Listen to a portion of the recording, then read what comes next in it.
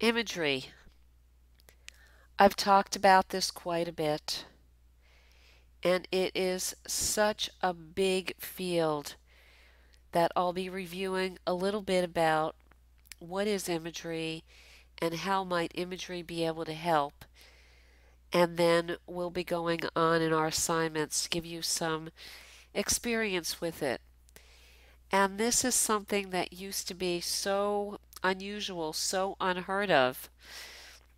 And now it has been studied so much with pain relief, with stress relief, helping people with their immune system, helping people in so many different ways that it isn't the kind of kooky, crazy thing that it once was 20, 25, 30 years ago when I first started using imagery. And you may have had a lot of experience with imagery because there's so much available, but just listen along. You may learn something new. It may be complete review for you. And then we'll give you some examples of some imagery scripts that can really be helpful. So for those of you who are new to imagery, imagery is a gentle and a very powerful approach, which allows us to use our own imagination to facilitate change and promote physical and mental well-being. Now, you may think that this is not possible, but for just a moment, I want you to think about something that you like.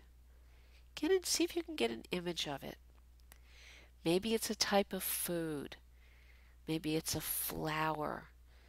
Maybe it's scenery that you've seen. Maybe it's the pictures that are included in this particular presentation. And just think about it for just a moment. You don't have to see it. You don't have to close your eyes and see it. Just think about it. And just notice the effect it has on you when you just allow yourself to think about something you really like. Imagery is a state of relaxation and focused attention, and it can be self-led or guided. When we daydream, when we remember a beautiful place we are at and we think about it, we look at pictures sometimes. It doesn't have to be in our imagination. When we look at pictures and they bring us right back to a place and time where we felt relaxed or joyful. That's imagery. Guided imagery is what you'll be experiencing because I will be guiding you, and it's a big field, and it includes techniques such as simple visualizations, like I just did with you, remember something you like, or it could be metaphor, drawing on active imagination that is led by a trained practitioner. And I will be doing some of this with you. I've had years of training with imagery and took many classes with Dr. Jean Ochtenberg, who was one of the people that has done research on imagery for years, and especially research on imagery for health and healing. And as I said before, once this off-the-wall thing that no one believed in, or very few people believed in, it's now finding widespread scientific and public acceptance. It's sometimes referred to as self-hypnosis, a way of putting yourself into a calm state. I'm going to pause for a minute here. Next slide, we're on slide 25, how can imagery help?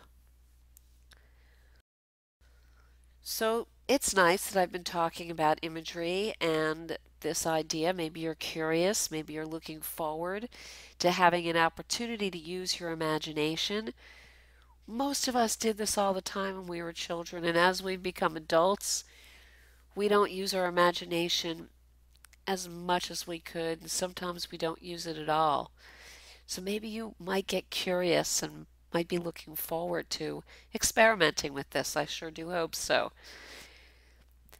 Use of imagery, as I said, has been known to be helpful with such a wide range of psychological and medical difficulties.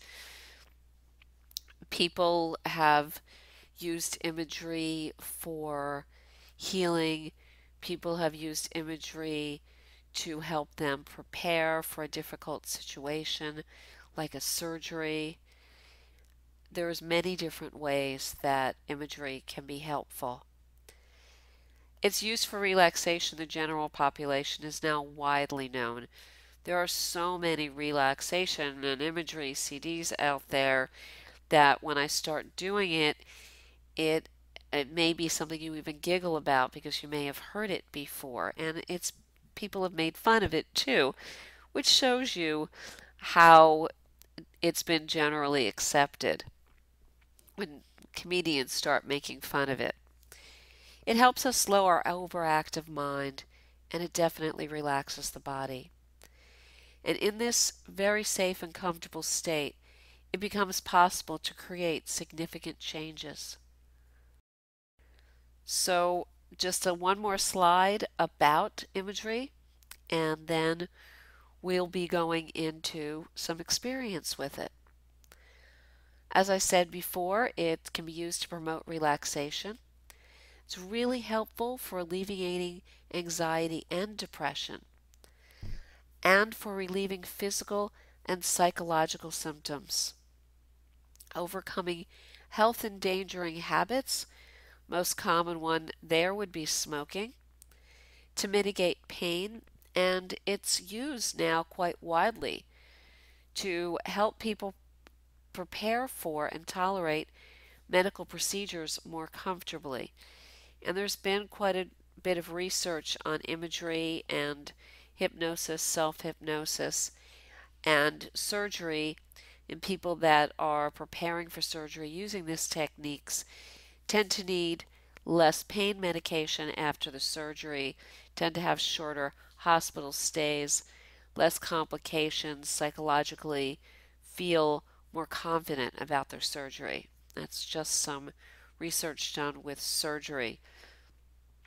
And I have had my own experience with using imagery at times where I was far away from medical help and I hurt myself. This happened once before, and I imagined that I had ice pack against me, and I used imagery for healing to keep swelling down, and it was able to keep the discomfort at bay until I was able to get to a place where I could get help.